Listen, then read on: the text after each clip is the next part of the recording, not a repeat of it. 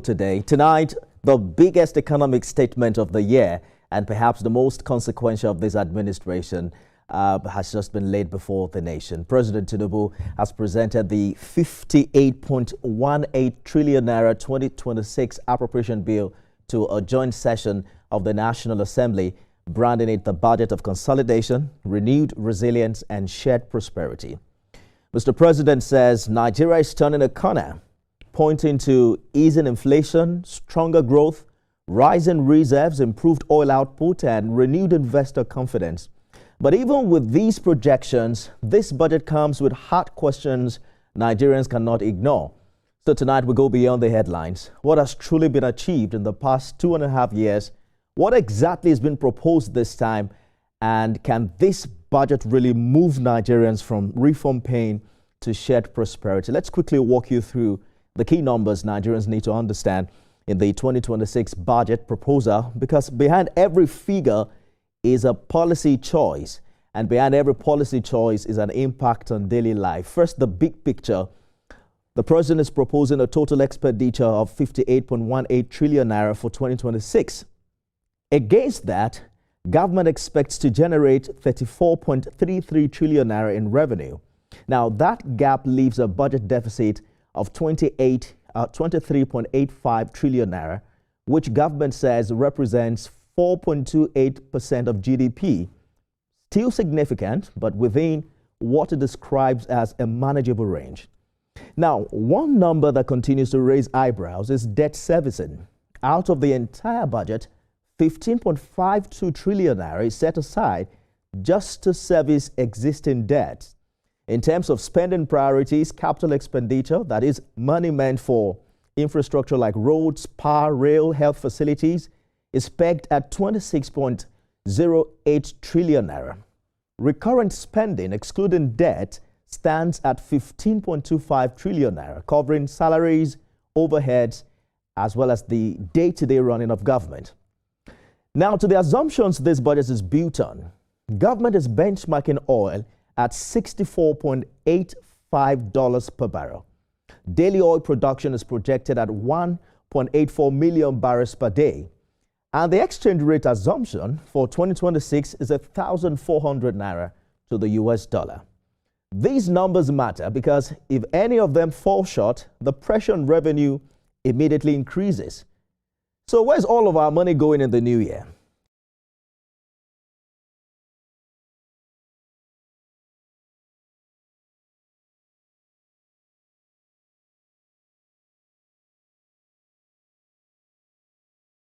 During his speech to the joint session of the National Assembly, that his government will be accountable for each penny spent in this direction.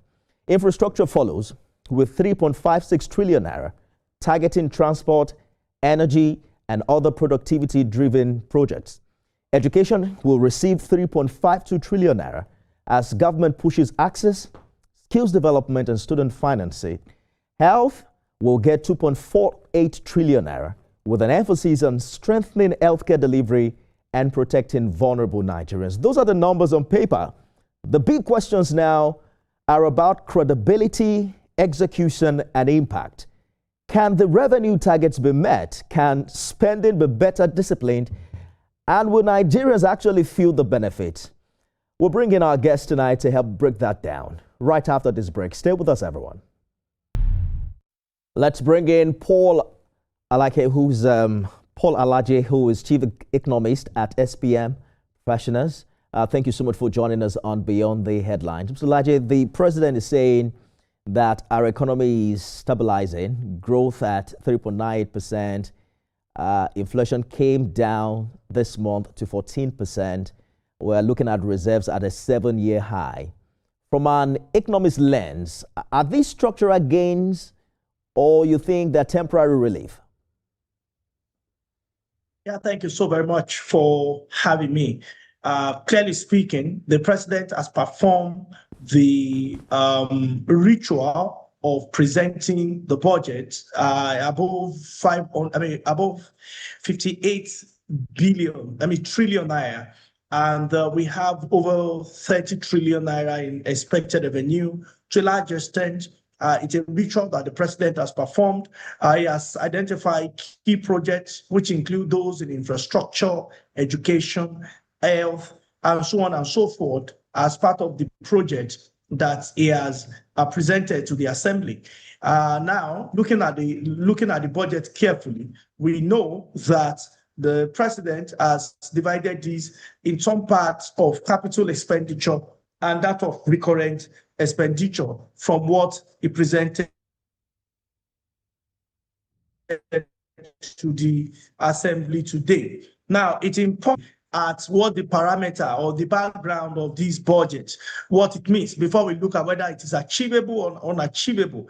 We have seen that government is projecting the price for crude at 64.8 naira based on the budget that is projected for 2026.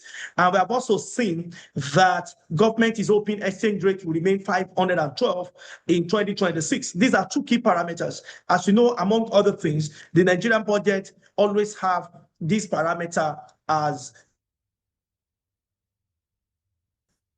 what is used next year. So whether this will be economic gain or not, we need to look at by how much are we expected to perform in the recent time. $1 billion.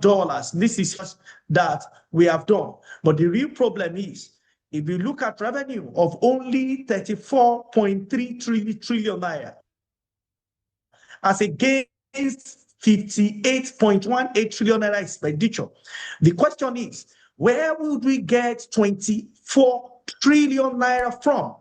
24 trillion naira is huge. In terms of debt, it might place us on the risk side. While I commend the president for something, we also need to note that this budget is also giving us the major gap between the expected expenditure and that of revenue is huge. I don't know, if time permits, we can look at other critical parts of this budget and we can analyze them accordingly. We'll get there, but I wanted us to just go through some of the things we've seen play out in the outgoing year. Inflation is moderating, but many Nigerians still talk about food prices and how unbearable they still are.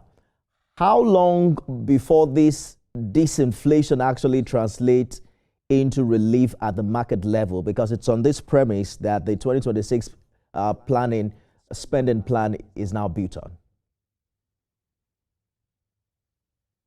Really cannot say much when you want to check the impact of inflation on the reality. I have said it, and I believe I've spoken to one of your best, your colleague, by the way, Mr. Tolu Gunjobi, and of course, I've also spoken with some of your colleagues at this hour, mentioning that when it comes to inflation, what the Bureau of Statistics is reporting, it's change of base year.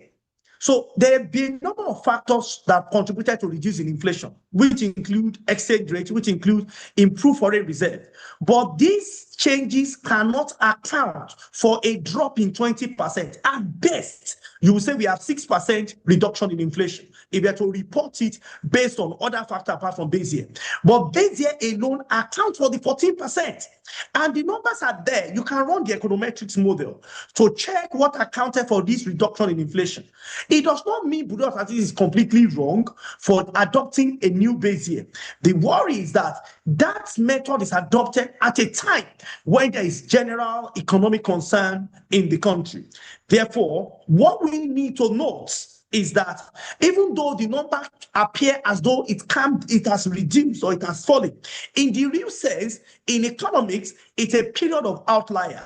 We cannot call it increased number or reduced number until, I mark my word, April 2026. That is when you'll be comparing a given base year with the same given base year. Any other number we are comparing before that time, honestly and sincerely, it will be difficult for you as a brilliant journalist to explain to people listening to you, or for me as an economist to explain to those who I'm trying to educate that inflation is coming down. Because when you go to the market, yes, some food prices reduced, like that of rice, but house rent generally is high, cost of transport remains high, cost of ticket remains high, sachet of pure water remains high, cost of bread remains high, etc., etc. Why? Because according to the Bureau of Statistics, manufacturing, which of course is a key driver of growth for a nation with high population, only contributed 1.25% to the economic growth year on year. And that figure is purely from the National Bureau of Statistics. So it's important for us to take note of those key areas. Absolutely. But when you look at the figures in the 2026 appropriation bill, government expects 34.33 trillion naira in revenue, despite achieving only 61% of its revenue target by third quarter of this year. Do you think this projection is realistic or overly optimistic? I think it's different fiscal environment next year, and then the expectation of government regarding crude has largely moderated. Before now, we tried to be ambitious by saying we will make it $100, $75, $70. I think with what we've done is as largely moderated. I'm not sure if National Assembly will not jack that up back to about 67 because of other areas of interest that might have not been captured, especially as it affects the Assembly under recurrent expenditure. Other community, or what they call it now, constituency projects. So if National Assembly will not jack that up, but it's important for us to look at average in the last 1 year, in the last 2 years, before that increase is made. But I am very confident that we will do far more than 51% this year in terms of revenue. But my challenge is that if you and I know that meeting revenue targets, which I said last year, that when President presented, I mentioned that this budget is ambitious, and I am definitely confident that we can never meet that revenue target. The report is in the public domain. For third quarter, we made only 51%. What happens to the gap of 49% that has not been met? If we have spent the money only one direction, we have gone borrowing. We have gone to borrow such money because government must continue. Government is a continuum. The president wants to implement projects, salaries has to be paid, etc., etc. And that is why finding innovative way. It's important for us to add to the current energy effort coming from very important agencies of government, like what FRS is doing, trying to gather revenue for the nation, immigration, custom, and all of those things. All they are doing, we need to find other innovative revenue or revenue sources to improve the quality of revenue of our nation, because the part we must avoid, except and unless, is for development expenditure, well, that is capital expenditure. But the development part of capital expenditure, honestly, borrowing will not be what I will not even recommend borrowing for anything that has to do with recurrent expenditure, other than core capital, developmental capital, which includes putting money in rails, putting money in roads, putting money in housing, and when I say housing, sustainable housing for that matter, or putting money to support manufacturing and industry. Those are areas we should consider if we must borrow at all this moment today. But the thing is, we have already borrowed enough. Let's talk about debt sustainability.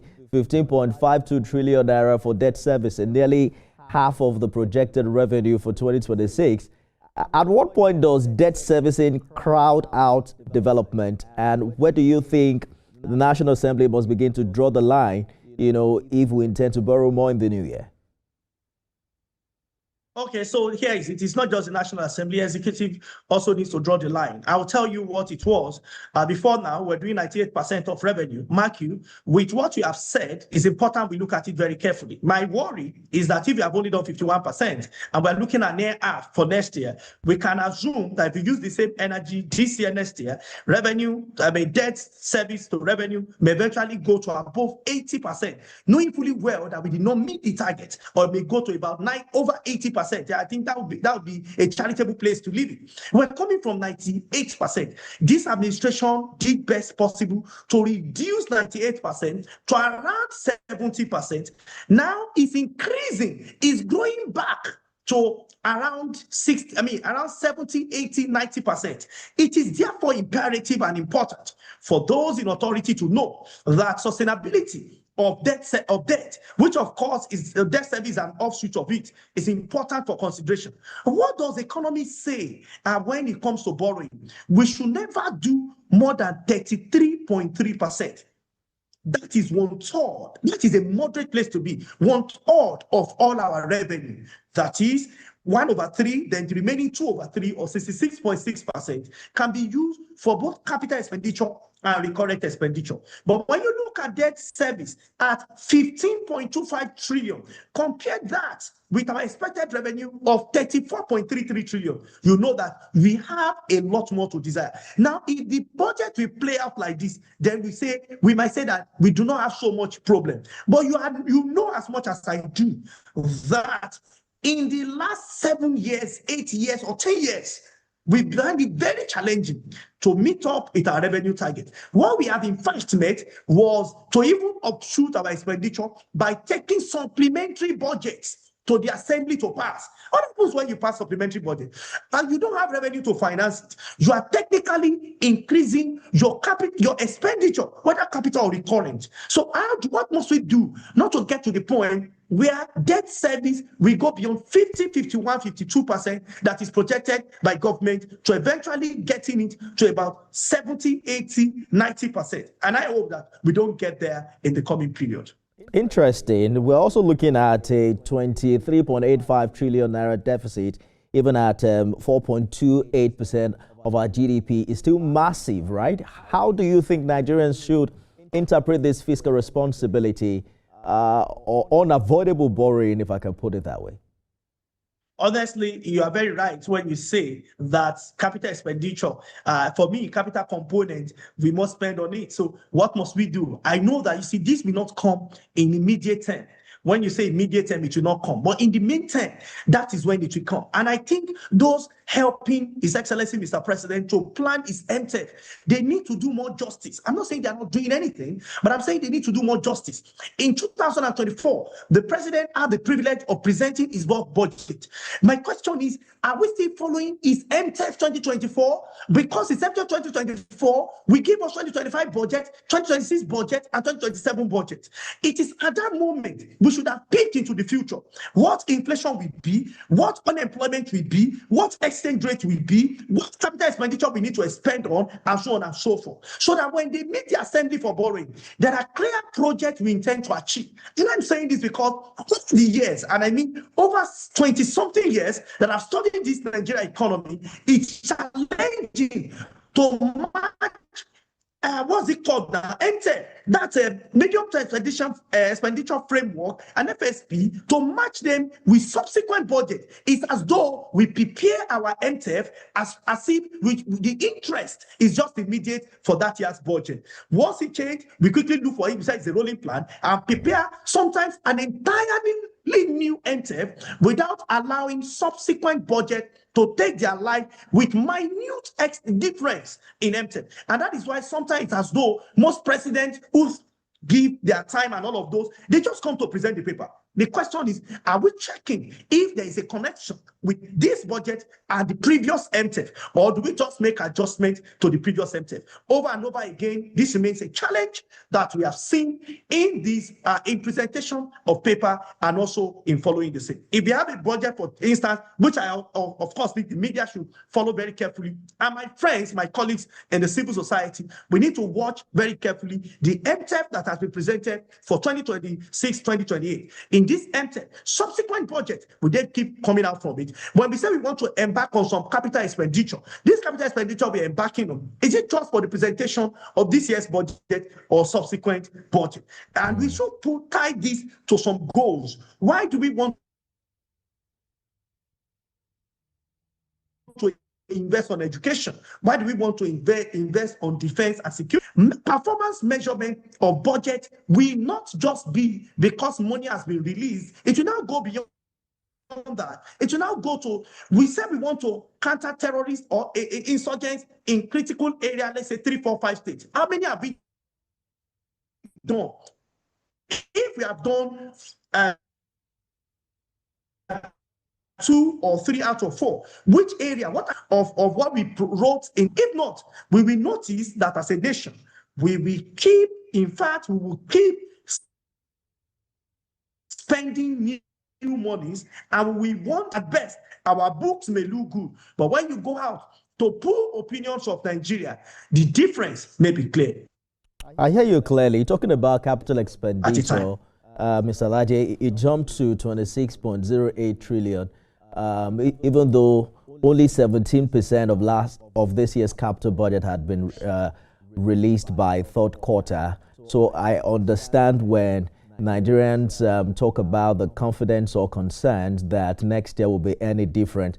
But let's look at some parameters here quickly because of time. The budget is built on 1,400 naira to $1. If FX volatility returns, how exposed is this budget?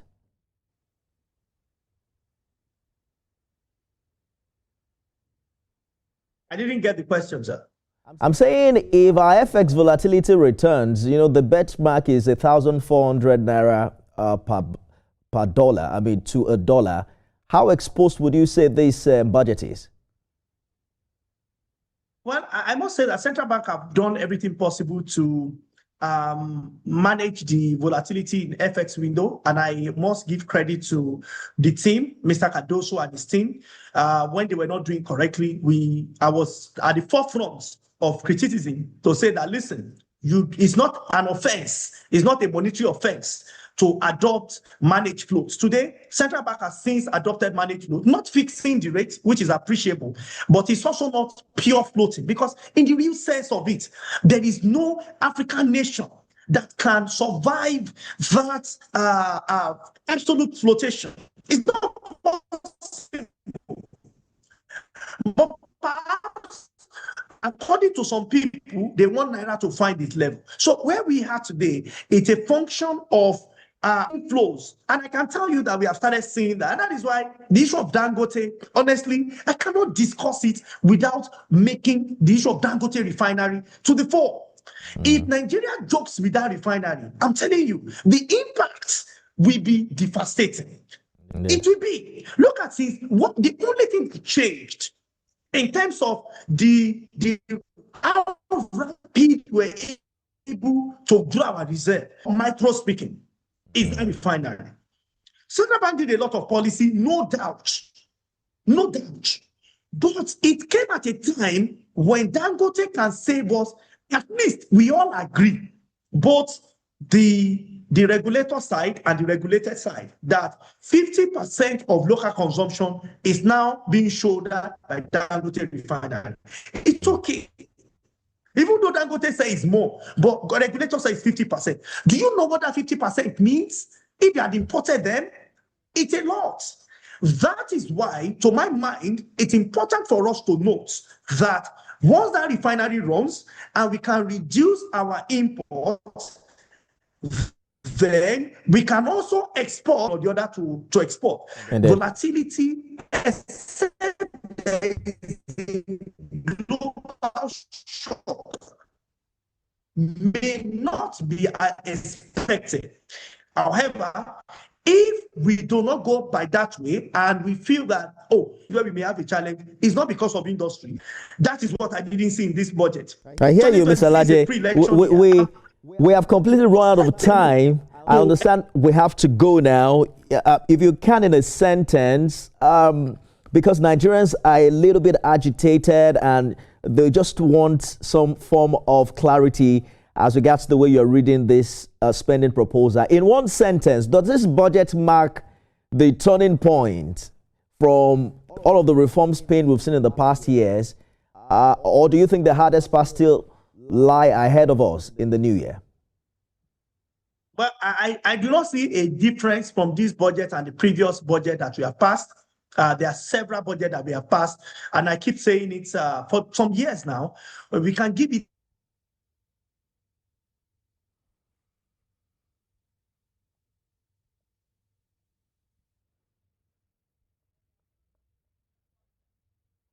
Well, it seems we have completely lost connection with Mr. Paul Alaje. We had a very rocky connection today on the show. These are at best numbers on paper. The bigger question will now be around credibility, execution, and impact. And Nigerians are really counting on that level of quality execution in such a way that it can take the pains of reforms away. And like Mr. President said, we can now begin to turn a corner and see and feel the impact of all of the economic policies of this administration. That's our show today. Paul Alaje with SPM Professionals. Thank you so much for joining us. I am Nifebi Oguto. Remember, you can watch it again at midnight and 6 a.m. tomorrow.